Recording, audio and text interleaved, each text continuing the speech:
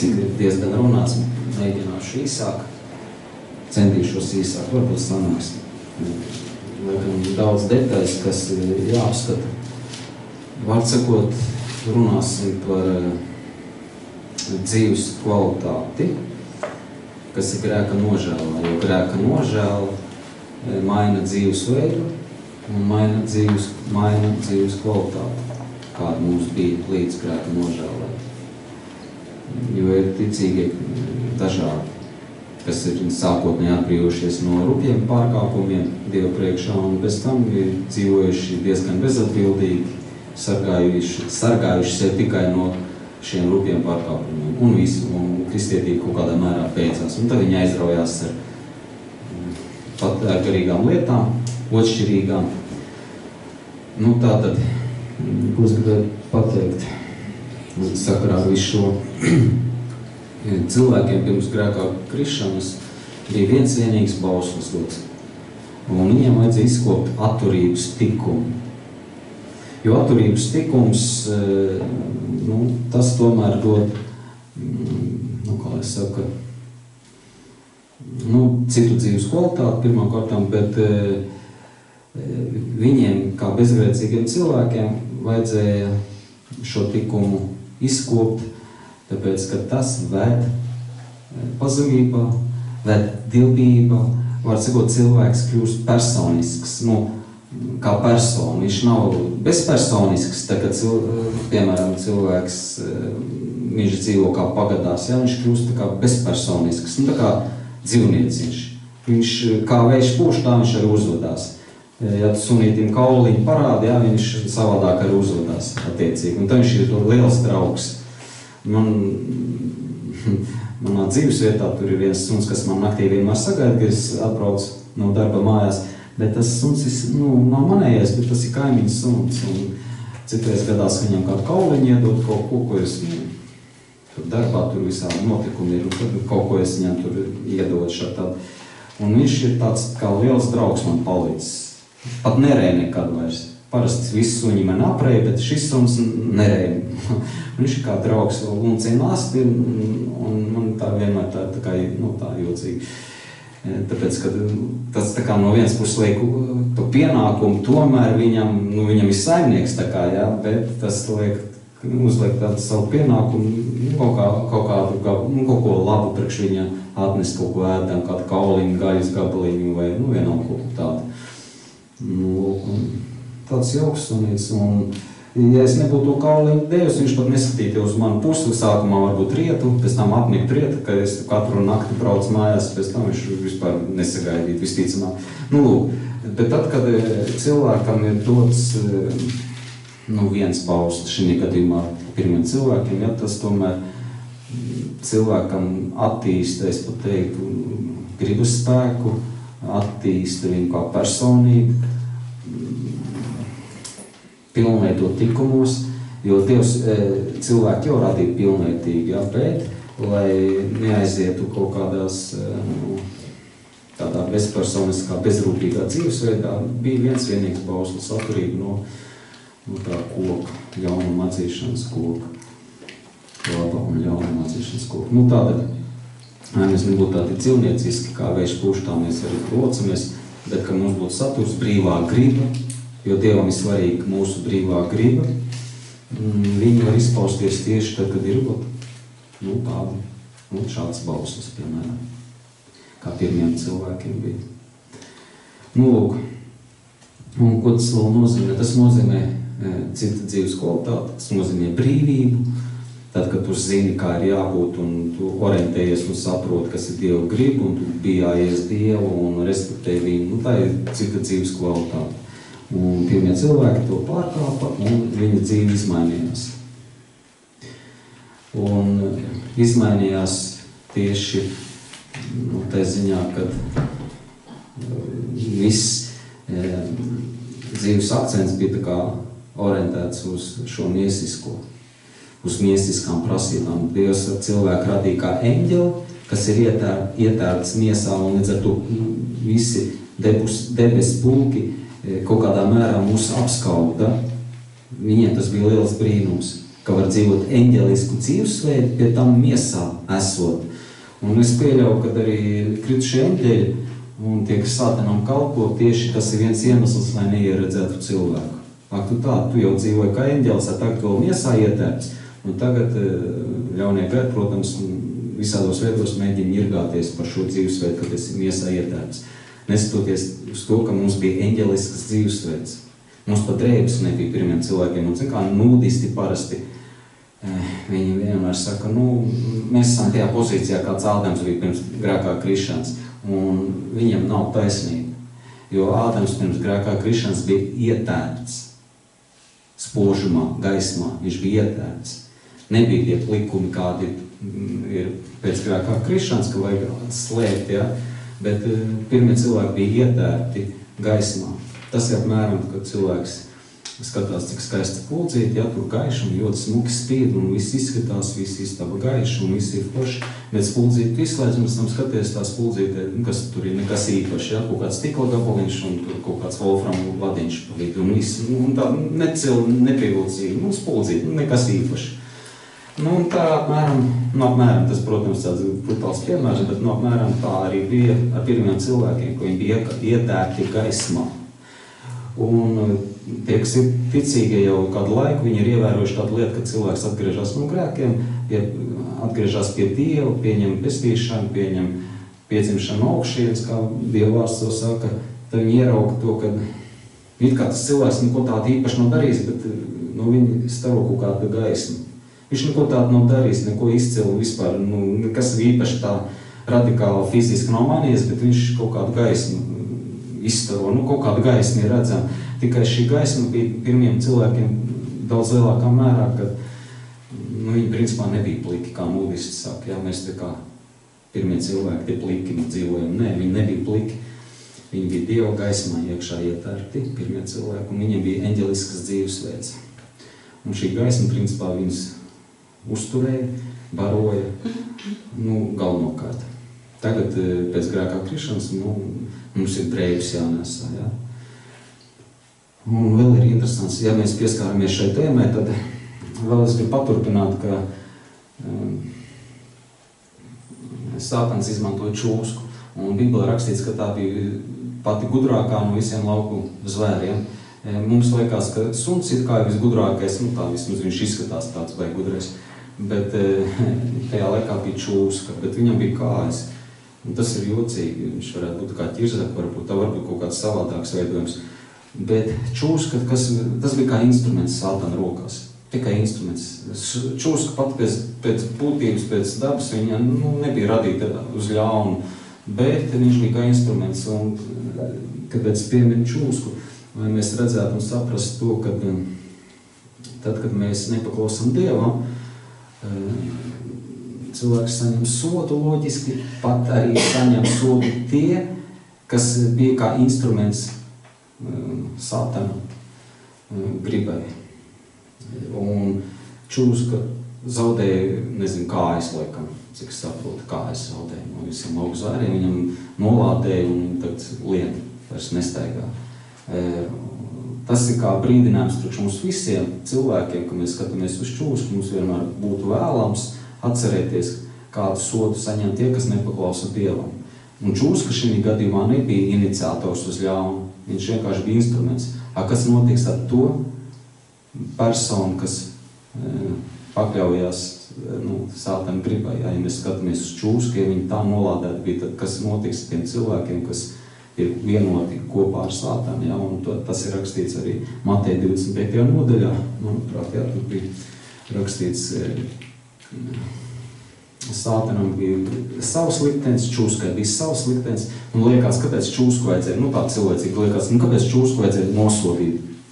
Čūsku neko nedarīja, tas vienkārši čūska bija pakļauts Sātana gribai kaut kādā mērā, un it kā nevainīgs dzīvnieciņš liekas, vai ne? Bet tas ir priekš mums visiem kā brīdinājums nepaklausīt Dievam, pat ja tu neesi pēc būtības, tāds ļaunums, tāds ļauns kā Sātans varbūt, bet ja tu viņam paklausi, viņam kalpo, tad mums būs diezgan smagi. pasties uz čūsku, viņi zaudē rokas kājas, tu zaudēsi dzīvību. Ja nepaklausīsi Dievam, bet paklausīsi kritušiem eņģeļiem. Un tas ir kā brīdinājums. Tāpat arī drēbes, kuras mēs valkām. Mēs tās drēbes mēģinām tās super smukas uzvilkt, bet patiesībā tas ir mūsu grēka rezultāts. Un tam jābūt kā atgādinājumam tam, ka mēs zaudējam dievišķo slavu, ka mums tagad vajag kaut kāds lupatas, ka mums ir jāpērk drēbes. Tikai tāpēc, ka tas ir nepaklausības, ja grēka rezultāts. Ja? Tas ir, šīs lietas mums ir jāierauga un jāizprot, tāpēc, ka tas varētu atturēt mūs no grēka, palīdzēt iet dziļākā grēka nožēlā. Jo tiešām ir žēl, ka man tagad vajag kaut kādas drēbes pirkt veikalā, tērēt naudu, labi, tās drēbes vēl kaut kā sasmērējās, tās vēl ir jāmazgā, kaut kāds tāds darbības tā vietā, ka varētu dzīvot kā Dieva eņģeļi, ja? Jo mēs arī būsim Dieva eņģeļi, to arī Bībelē atklāja. Bet tikai mēs esam zaudējuši šo dievišķo gaismu, kas bija pārņemts. Cilvēka ķermenis bija pārņemts ar dievišķo gaismu, ar dievišķo slavu. Tur nebija nekāda plikuma. Mēs jau bijām Dieva slavā kā drēbēs, kuras nevajadzēja visu laiku mazgāt, un šūt, un pirkt, un ņemties ar visu šo te.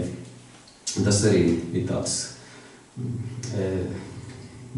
Viens svētais teica tā par čūsku. Viņš tādu līdzību pateica, ka ja, vecāki sastop bērna slepkavu, tad ne tikai tiek neutralizēts, sodīts pats slepkavu, bet arī tas instruments, šķērs, nāzis, tas tiek salauzts un iznīcināts, ar ko tika pakļauts slepkavībai. Ja? Un te ir līdzīgi arī ēdenē.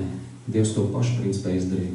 Šo instrumentu, kas bija kas nazis, ierocis, kas bija pret cilvēku, to viņš iznīcināja šādam bargam sodam, ja, tika čūska novēlēta, ja nolādēta, ja, tādam ļaunumam, ka viņš zaudēja savu varēju izskatu, zaudēja kājas laikam. Tā sanāk. Jā, bet runājot par pašu Sātanu, ja, viņam ir sataisīta uguns jūra. Tad būs vēl bargāks sods. Un tagad ir tā, ka visi cilvēki tiek izvērtēti. Vai viņi pakļaujās labam, vai pakļaujās ļaunam. Pakļaujās gaismai, vai pakļaujās tumsai. Tiek cilvēki izvērtēti.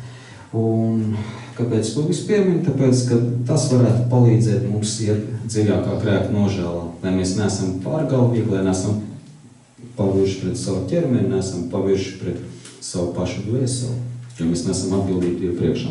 Labi, kaut kā ievads sanāca garš. Tātad pirmais bauslis bija atturība, un tās bauslis nekur nav pazudis.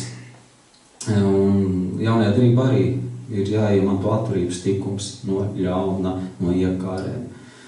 Un ko tas dod cilvēkam, šis tikums? Tas dod brīvību, reāli brīvību, kad dvēseli atpūšās.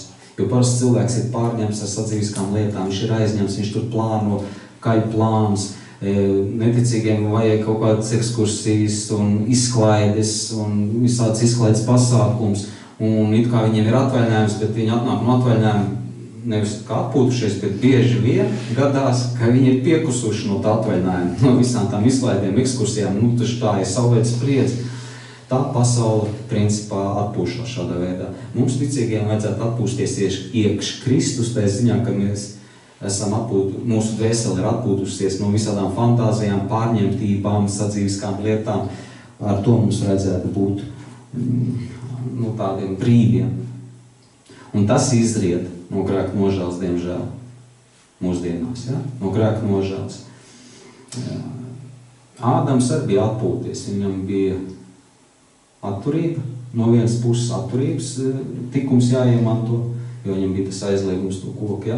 Un jāiemanto pazemību. Līdz ar to pazemībā mēs kaut kādā mērā atpūšamies. Zin, kā svēties saka, vēl tāda interesanta lieta, ka Kalna runā, kur ir rakstīts par gara nabadzību, tur arī ir rakstīts par raudāšanu. Un liekas, kā tad tā raudāšana, ja? Un tālāk tur ir rakstīts, kad ir slāpes, pēc tam ir prieks, ja, tas. Un tad liekas, kā var apvienot bībelisko prieku un raudāšanu par svētību. Kā tas viss kā tas iet kopā. Un tad tur arī tika izskaidrots, ka raudāšana ir par saviem grēkiem, un tas prieks ir par to brīvību, kad dvēsele ir atpūtusies, ka viņai ir grēka nožēlā, ka viņai grēki ir piedoti. Un kā Jēzus saka, mana nasta ir viegla un laba. Jā, mums ir iztulkots patīkam, bet kaut kādā mērā patīkam, bet pareizs tulkojums ir laba nasta. Sākotnēji tas ir ļoti smagi un grūti, tāpēc, ka, iedomājies, ja tu ieraugi visu savu grēcīgumu, un tagad to visu atstāt, tas nav viegls uzdevums. Bet tad, kad mēs mācamies, katru reizi ejam grēku nožēlā dziļāk un dziļāk, rezultātā ir tā, ka tavu dvēseli būs atpūtusies no visām šīm iekāru vētrām. Jo nav jau tā, ka tev visu laiku bombardē. Ir kaut kāda perioda, kad būs līdz viss mierīgi. Un līdz ar to Kristus jūks ir viegls un labs. Un prieks ir tajā, ka tava dzīves kvalitāte izmainās. Tu esi neesi tajās atkarībās iekšā. Un te ir tas evaņģeliskais prieks, ka tava dzīves kvalitāte izmainās, un plus zinot par to, ka tu vēl saņems atalgojumu, un plus zinot to, ka tu izsauc ar to Dievu labvēlību. Un kādā veidā mēs arī paskatīsimies 2. ķēniņa grāmatā, bet es gribu paturpināt to domu, ka paklausot Dievam, mēs principā iemantojam spēku, un mūsu dzīves kvalitāte mainās, un ja runa vēl ir par šo garā nabadzību, ka tā ir, principā, cerība, pakļaušanās, uzticēšanās Dievam, un tas dod mieru un atpūtu. Jo gara nabadzība to visu sniedz cilvēkam. Tāpēc, ka tu atstāji grēku, tu sev aizliec, un gara nabadzība paļaujās uz Dievu. Jo nekā jau cita nav. Gara nabadzība paļaujās, uzticās Dievam. Par ko tu atturies no miesiskām visām izpausmēm. Tas ir cits dzīvesveids, cita dzīves kvalitāte. Tas ir pilnīgi kaut cits dzīves ceļš. Nav vairs dzīvnieciskais, jo visa pasaule tā kā reklamē, jā, teiksim, netiklīgi kaut kādā mērā tur, filmā, mēs to redzam, jā. Kaut kādi jocīgi ārsti ir uzradušies, kad ir intīmai dzīvē, jā, visi tie pekstiņi sākās. Un pasaule tā kā reklamē šo miesisko. Visi ir orientēti uz miesisko dzīvesveidu. Apmierināt miesiskās kārības, iekāras. Bet paklausot Dievam, tur atkal mēs iemantojam brīvību, līdz ar to atpūtu, iemantojam pazemību, uzticību, cerību un paļaušanos uz Dievu. Te ir tā atšķirība, un dzīves kvalitāte loģiski mainās. Vairs nav pie stresa. Tas nav tā, ka gara nabadzība tas ir kaut kāds depresīvs stāvoklis. Pasaulīgi, jā, tā viņi risina tos depresīvos stāvoklis ar ekskursijām, piemēram. Risina ar labu paēšanu, jā, vēdera izdabāšanu, varbūt ar intīmo sfēru, visādīgi to risina, pasaulīgā. Tiem, kam nav ticība un paļaušanās uz Dievu. Tiem, kam ir paļaušanās uz Dievu un ticība, jā, viņi vienkārši aizliedzot sevi, ņemot krustu, uzticoties Dievam, jo tu nevari paņemt krustu, neusticoties Dievam. To vienkārši nevar izdarīt. Kā tu ņemsi krustu, ja tu tālāk nekā nav, bet ja tu ņem krustu un tu zini, ka tā ir Dieva griba un ka Dievam tas ir tīkami, tu uzticies Dievam, līdz ar to tevī ir šis miers. Pat tad, ja tu varbūt fiziski tur īpaši neizjūt, bet tev ir ticība un tev ir tas miers iekšā sirdī, tev ir vienkārši miers. Pat cilvēks, kas vēl neko nesaprot no Kristus mācības, viņš pieņemot Jēzu par savu glābēju, viņš jau iegūst avansā mieru. Ja, kad Dievs parāda, kur tomēr šis ceļš ir tas īstais, šis ir tas miera ceļš, šis ir tas atpūtas ceļš un tā tālāk. Līdz ar to dzīves kvalitāte mainās, tad mēs paklausam Dievam. It kā to visu tā, it kā pa lielām tāpat zina. Tur nebūs tas depresīvais, jo depresīvais stāvoklis izriet no neticības. Tā, ka tu kaut ko aizliedz sev, bet tev jau nav uz kā paļauties un nav uz kā ticēt. Kas notiek? Depresīvs stāvoklis, distonija. Kas tur vēl ir? Sevis sadegšana, izdegšana, kā pasaulē saka. Kāpēc? Tāpēc, ka nav pamats, uz ko paļauties. Tu vienkārši cilvēks zina, ka tā ir pareizi, viņš kaut kādas pareizas lietas dara, kaut kur sev aizliedz, bet viņam jau nav pamats tam visam. Ja nav Kristus tur apakšā, kā pamats, tad daudzām lietām, principā, ir ļoti minimāla nozīme. Mums ticīgiem, kas uzticamies Dievam, visa mūsu dzīve ir balstīta uz Dievu, paļaušanos un ticību uz Dievu, tad darot šīs lietas, mūsu dzīves kvalitāte mainās. Es nezinu, cik es tur veiksmīgi pateicu, bet ideja tāda, ka ir labais ceļš un ir sliktais ceļš, ir tums, ir gaisma. Un ja mēs pakļaujamies Dievu gribai, mūsu dzīves kvalitāte mainīsies. Un no vienas puses skatoties, nožēlojami izskatās, jā, tur cilvēks tā kā visu ar sevi aizliedz, neļauj savām kārībām izpausties, un liekas nožēlojami, liekas, jā, bet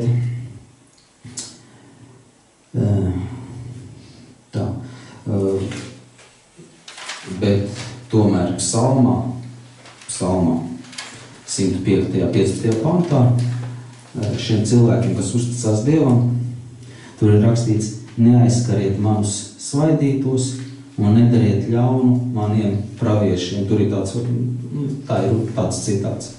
105. psalmā 15. pants. Tas nozīmē, ka Dieva aizsardzība ir ļoti nopietna. Tas ir labi psalms, bet ir arī jaunā derībā citi panti, kas nicina Dievu namu, jā, tas nicina mani kaut vai. Jā, es neatceros, kur precīzi tas ir.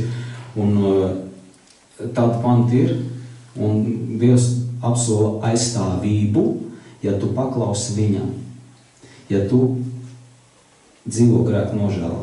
Jo grēku nožēla tā ir milzīga tēma, tā ir vesela skola, mums jau liekas nožēlo grēks, un viss mums staigā šūpodams, nekas tam līdzīgs. Grēku nožēla tā ir sevs aizliekšana, nepārtraukt sevs aizliekšana. Grēku nožēla tas vispār pēc būtības ir cits dzīvesveids, cita dzīves kvalitāte, ar garantiju, ja, ko to ir psalmā, ko mēs skatāmies. Paskatāmies, kā Dievs aizstāv savus ticīgos, kā viņš aizstāv, paskatīsimies 2. ķēniņa grāmatā, 2. nodaļā, 23. pāns. Tur bija runa vispār visu šo nodaļu var izlasīt, viņi diezgan interesanti ir, gandrīz kā pasaka kaut kādā mērā. Un tur ir tā, 23. pantā par Elīsu. Tur bija tāds ticīgais cilvēks, ka dzīves kvalitāte bija tieši tāda, ko es pašā sākumā runāju. Pretējā gadījumā Dievs, principā, ignorē tos cilvēkus, pa lielām ignorē tos cilvēkus, kas dzīvo grēkā, kas dzīvo savās iekārēs, iegribās un kas ir bezrūpīgi, nevīžīgi pret savu pašu dvēseli. Principā, pa lielo Dievs tos cilvēkus ignorē. Līdz ar to viņiem vajag meklēt citus risinājumus, vajag meklēt citus apmierinājumus, mierinājumus dažādākos, pa ko es jau sākumā minēju. Un tie cilvēki, kam ir dzīves kvalitāte visam cita, kas ir nodevies Dievam visā pilnībā. Un viņš gāja, tā es nelasīšu to visu, paši izlasīsiet, uz Bēteli.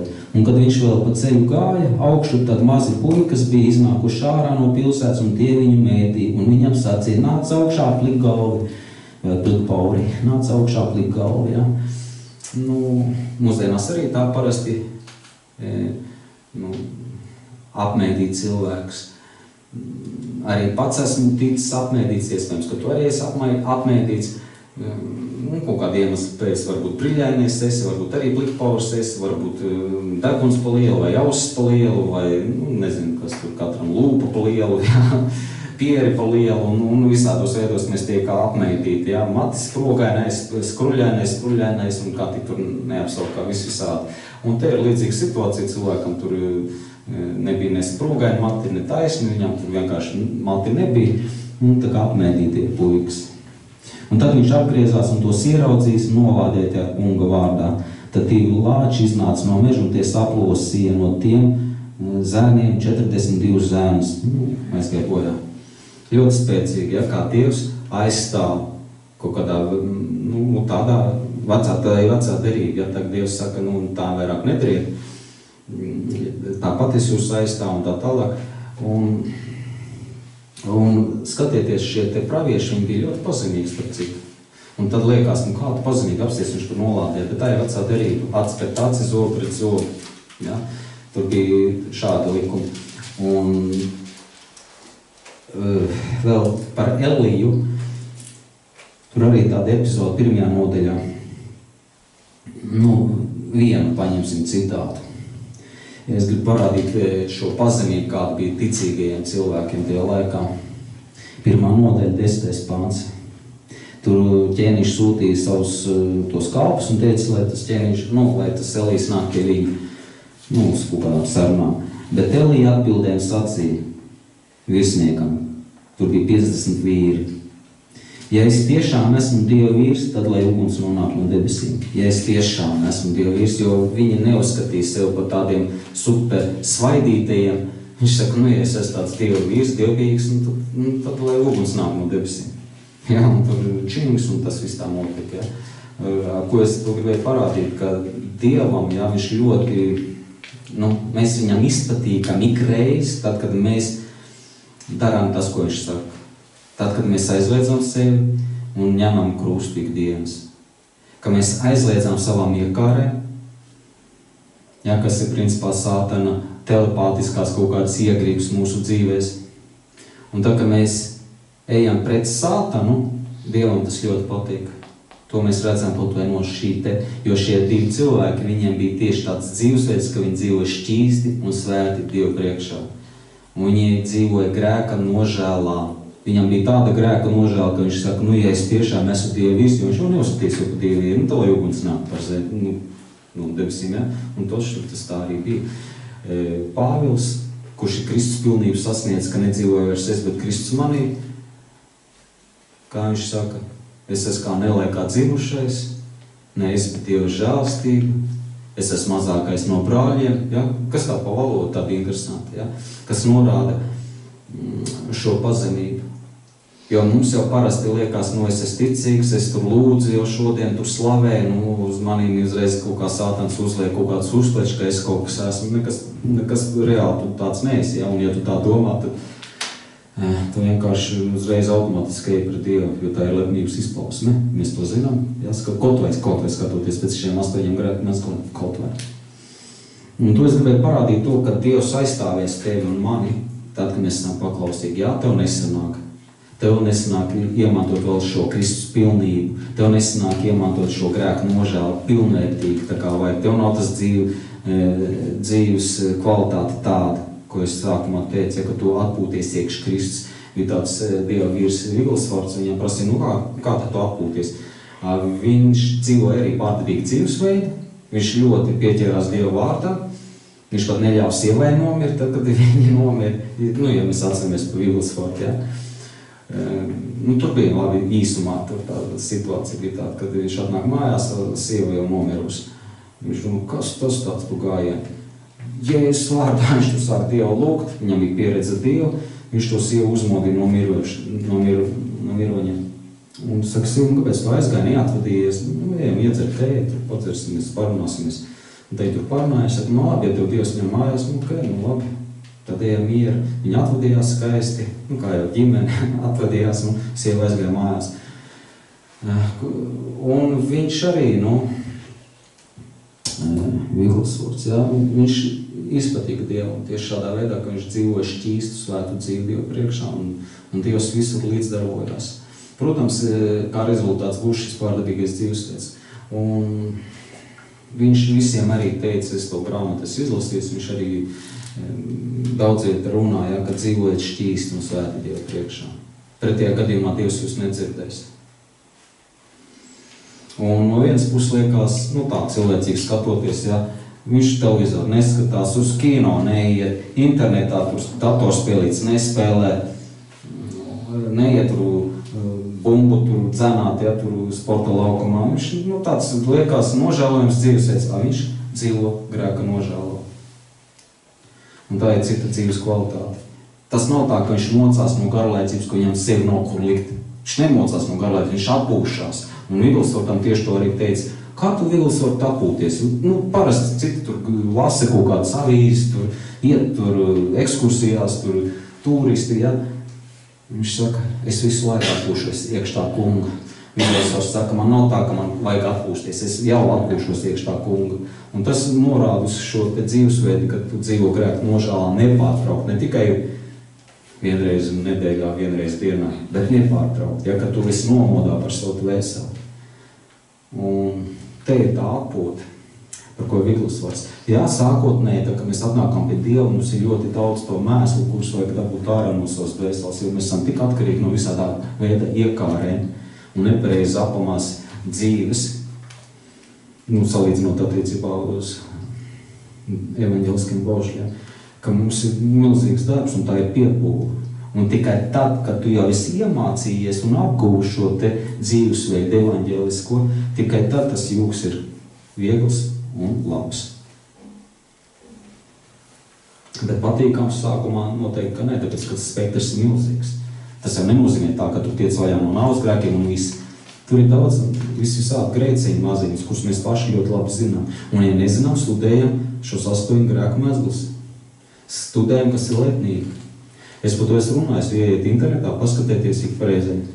Ja piemirstās gadījumā, es esmu par to runājis, ja par šiem 8 grēku mezgliem, tur tie atzari vēl ir. Studējam to. Ja kam ir grāmata, dabar te ļuvi 2. sējums, studējiet, lasiet, kā tur cīnījās ar to visu. Jo parasti mēs paliekam tā kā bezpersoniski, jo kas ir bezpersoniski, tas ir tad, kad tu dzīvo tā kā vējš pūš apmēram, ja? Tu liecies kā vējš pūš, tu tāds bez mugurkaula, tāds bez sava konkrēta es. Dievs grib, lai mēs esam kā personība, kas spēj izšķirt, ja, un pakļauties tikai labajam, pakļauties tikai Dievam. Un acīm redzot, cik es skatījos, kā svētie raksta par šo ēdienas momentu, kas ir Ādamam bija pirms tam. Viņiem tur bija tieši tas akcents uz to, ka šis ļaunuma un laba atzīšanas koks norādīja uz dievbijību, ja, ka ir kaut kas, kas tev ir jāpaklaus. Jo, ja tev nekas nav jāpaklaus, tad tu paliec tāds, tāds kā vējš pūš, tā tev tu arī locies, ja. Bet tev konkrēti, kas ir tev jāpaklaus un respekts, ja, ka ir kaut kas, kas ir pār tevi. Šī gadījumā Ādamam tā bija, bet viņš to pašu bausli pārkāpa. Protams, Sātans viņu piemānīja. Un tā, ka mēs skatāmies uz šķūsku, saprotam, ka mēs redzam Dievu sodu, nosodītu dzīvnieku, Dievu nosodītu dzīvnieku, kurš principā pēc būtības nebija ļauns, bet viņš bija tikai ierocis Sātana rokās. Un kas būs ar tiem cilvēkiem, kas ir ne tikai ierocis Sātana rokās, bet kas pakļaujas visā pilnībā Sātanam, kas ar viņiem būs? Par to vajag padomāt. Būsim uzmanīgi un vērīgi pret savu pašu dvēseli, lai negrēkot pret to kungu. Tā kā, labi, tas arī viss, citādi pārāk gari sanāks. Paldies par uzmanību.